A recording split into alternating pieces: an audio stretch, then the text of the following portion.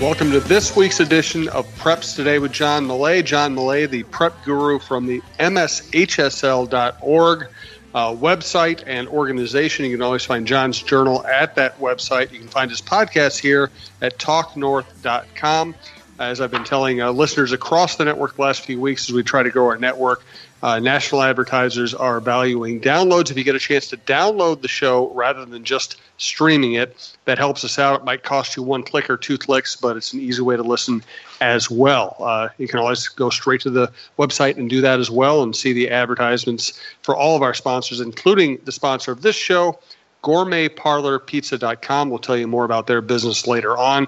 John, let's get right to state tournament stuff. Yeah, Jim, we had a big week last week with state tournaments as the spring season rolls along. This week we'll wrap up the spring season and the year, but let's just go over some highlights of the tournaments from last week. I was down in Mankato both days of the softball tournament at Caswell Park, and there was an unbelievable story down there. The Stillwater tourneys softball team.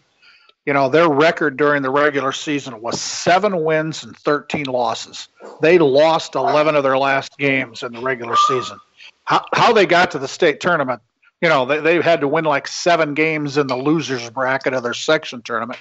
So they come to state with a 13-13 record. They were not seeded, and all they did was beat the number 1, number 2, and number 3 seeds and win the Class 4A, the big school state championship, beating Park of Cottage Grove in the championship game. This was just unbelievable. We're all shaking our heads down there.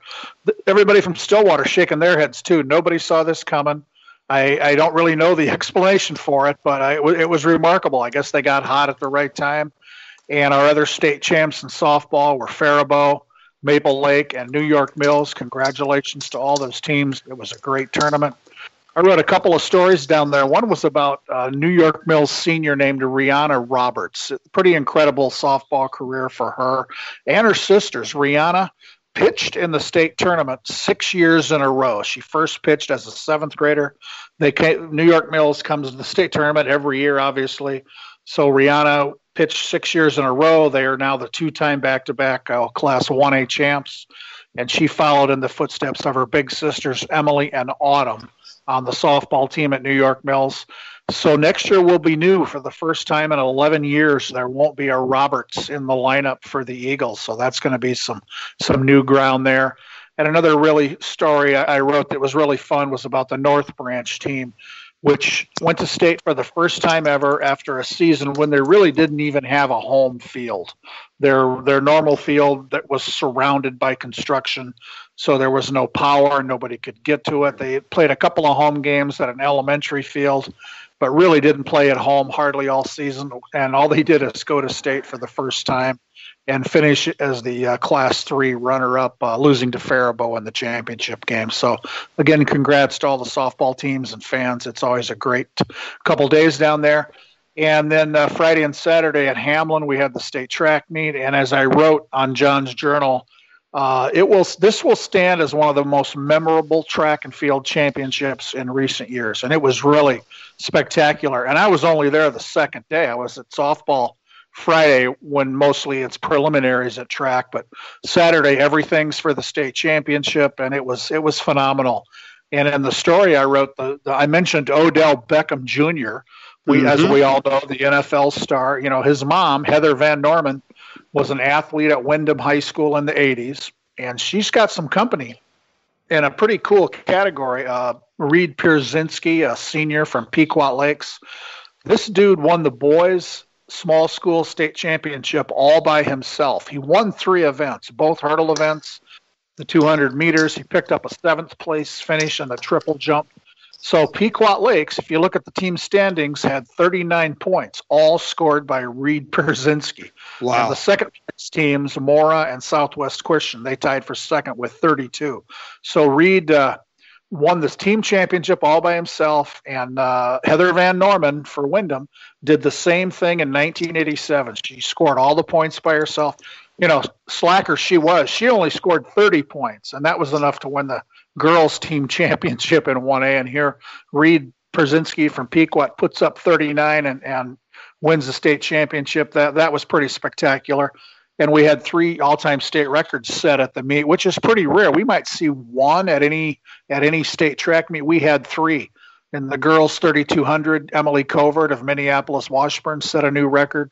The Hopkins boys 4x2 relay team, they set an all-time record. And an athlete we've talked about before here, Julia Fixon from Mound's View in the pole vault, went 13.9 1/4, beat her own state record by 1/4 of an inch. We had some weather issues Saturday, so Julia was going for 14.1 1/4. She's never cleared 14 feet. That's her goal. And she missed it twice, and then we had a bolt of lightning, and we immediately stop everything when there's lightning for 30 minutes. And by the time the weather cleared, she would have been allowed to have another try, her third and final try at 14.1 1/4, but she decided to pass. The runway was really wet. Everything was wet, and she's got another big meet coming up this week at the USATF Junior Nationals in Bloomington, Indiana. So she didn't want to risk injury for that. And as she told me, she's just a junior. She'll be back next week. She'll clear 14 feet something next year, and it'll be great. And if anybody wants to see lists of repeat state champions and double event state champions, they're all on John's Journal. And I'll quickly mention college track and field. We had some NCAA Division I champions from Minnesota. Absa Ali, a Richfield High School alum, now with the Gophers, on the men's steeplechase out there in Eugene, Oregon. And we talked about Maggie Ewan from St. Francis, the great thrower from Arizona State. She won national championships in the shot, put, and discus. So it was really a great weekend here in what I'm now calling the state of track. How about that? You mean it hasn't got a lot of legs yet? You mean we can do something on something other than a frozen pond? We can do other things too. And I'll wrap up the recap of the state tournaments with boys tennis. Some history by the Blake School. They became the first team ever to win the Class 1A boys tennis championship one year and then move up to 2A and win that one, which is what they did this year. So good for the Bears. Rochester Lords won the championship in 1A. Your singles champions, Dimitri Bush of Duluth-Denfeld in 1A, Rochester Mayo's Sebastian Ville in 2A. I'm going to butcher some more names here. The doubles champions, Pavo Veldick and Kevin Turlington of Rochester Lord in 1A. And Nysel, here we go, get the butcher knives out. Lysel Lianig and Surab Tarakanabi of Eastview in 2A. They were state doubles champs. And I really enjoyed hanging out with the boys tennis team from Brainerd at the tournament. They qualified for state for the first time in 43 years. It had been 1975 the last time the Brainerd boys tennis team came to state. And I was asking them, how did you practice early in the year when the weather was so horrible? You must have indoor tennis courts. And I was told they don't have any indoor courts they can use, but they go to Cragen's Resort, which is a big resort outside of Brainerd, and they hit balls in a banquet room on the carpet, and the walls are yellow and the lights aren't all that bright. So they're trying to see yellow tennis balls in dim lighting with yellow walls. And that might help your tennis skills, and plus carpet's easy on your feet. And good for Cragen's to let them come in there and hit tennis balls, but that's their indoor court. So that's a pretty good way to get some swings in. It's funny. My parents didn't like it when I played lacrosse or baseball indoors, and that's what held me back. That's right. That's what did it. That's what did it. Absolutely. That's it. Yeah. Let's get to the upcoming state tournaments, and then we'll talk about some coaching news. And we have, as always, a bunch of different categories we want to get to here on Preps Today with John Millea. Yeah, this week we've got the end of the entire year in the high school sports with baseball, golf, and lacrosse tournaments. Let's cross our fingers for the weather. We'll see. But I'll be spending one day in Jordan for the Class 2A golf meet. I'll be up in Becker one day for the 1A golf. And I'll tell you what, if anybody wants to go to Target Field and sit in the very first row and watch baseball, be there on Saturday. That's where we're going to have all 4 state championship games in high school baseball. Tickets are $10 for adults, $7 for students. You can stay all day. There's 4 games. So let's cross our fingers for good weather for baseball, golf, and lacrosse. We're done with indoor sports, so maybe we'll have a spectacular week outdoors. Good Lord, let's hope so. Let's get to some coaching news. First want to thank Gourmet Parlor Pizza, your pizza joint in Royalton, Minnesota. Been there since 1980, but probably more importantly for our statewide listenership, they do great fundraisers. My wife's an educator. She was telling me the other day about a bunch of people who sell candy bars, to benefit their school. Well, you can do as you like, but candy bars I would say they're not the healthiest option you can pick. For somebody like me with celiac, they're probably not going to be gluten-free, and you're probably not going to make much profit on each candy bar. Gourmet Parlor Pizza, you will make a significant profit on every pizza you sell. They send it prepackaged. John's going to tell you more about it. The great thing about pizza is, it can be a meal. It can be a family meal, and you can make a healthy pizza. You can put vegetables on top, So it's such a better option for any of your fundraising opportunities. Jim, you don't put vegetables on your candy bars? What's going on there? Well, I haven't yet. You never know what the future holds. You never know. But yeah, Gourmet Parlor Pizza, they do have gluten-free options for everybody, and I'm kind of looking at their menu of all these fundraising items you can get: chicken bacon ranch pizza, Philly cheesesteak pizza, bacon cheeseburger. They have breakfast pizzas, Hawaiian pizzas, you name it. They've got it up in Royalton, Minnesota. They've been doing this since 1980. Go to gourmetparlorpizza.com or 888-584-5930. They'll take great care of you. You'll make at least $3 per item.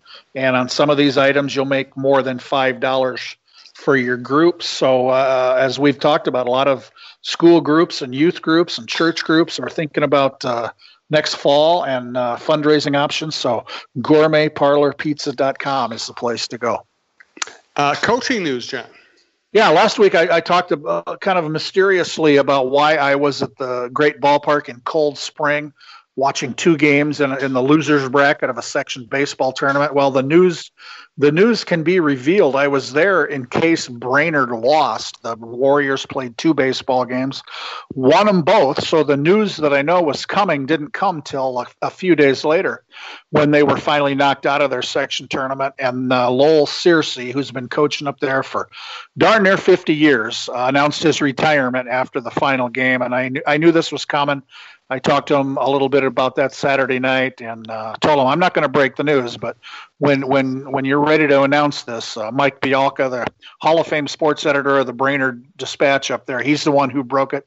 He played for Lowell in 1973 and knows him very well, and I was glad to jump on that after Mike broke the story and just kind of tribute to just one of these great coaches. He's a great guy. As with a lot of baseball coaches, he can tell great stories.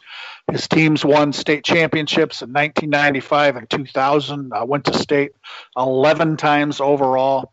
And here's what's really cool. When Lowell was notifying Charlie Campbell, the athletic director in Brainerd, that he was going to resign, he didn't just write a resignation letter on a piece of paper. He wrote it on a baseball. And I've seen pictures of it. So in the sweet spot across the center of the ball, Lowell wrote, "I feel it's the right time to call it a career." And on the top of the ball, he wrote, "Go Brainerd." And underneath the sweet spot, he signed his name. So that's the way to do it. That's a pretty good keepsake for Brainerd High School up there. Another coach who ended his coaching career not in such a positive fashion, Rich Decker. He's a Hall of Famer. He's been coaching girls basketball at Rochester Mayo. He and his entire coaching staff resigned, and Pat Ruff, who does a great job at the Rochester Post-Bulletin, wrote about it. And Rich told Pat, quote, "No question the involvement of some parents is a factor. Once it's miserable," and he said, "once it's miserable, it's not worth doing it anymore." And that's really sad news for a great coach to go out, with parents driving him nuts. And we've talked about this a lot, all year, that it's just such a small number of parents who cause these issues. But I'm not surprised anymore when a coach walks away because of dealing with parents. It's just, it's kind of the state of the world. But on the opposite side of that, there was a tweet just today on the heels of graduation at Hopkins High School. Dan Johnson, the athletic director there, tweeted this. He heard this from one of his coaches.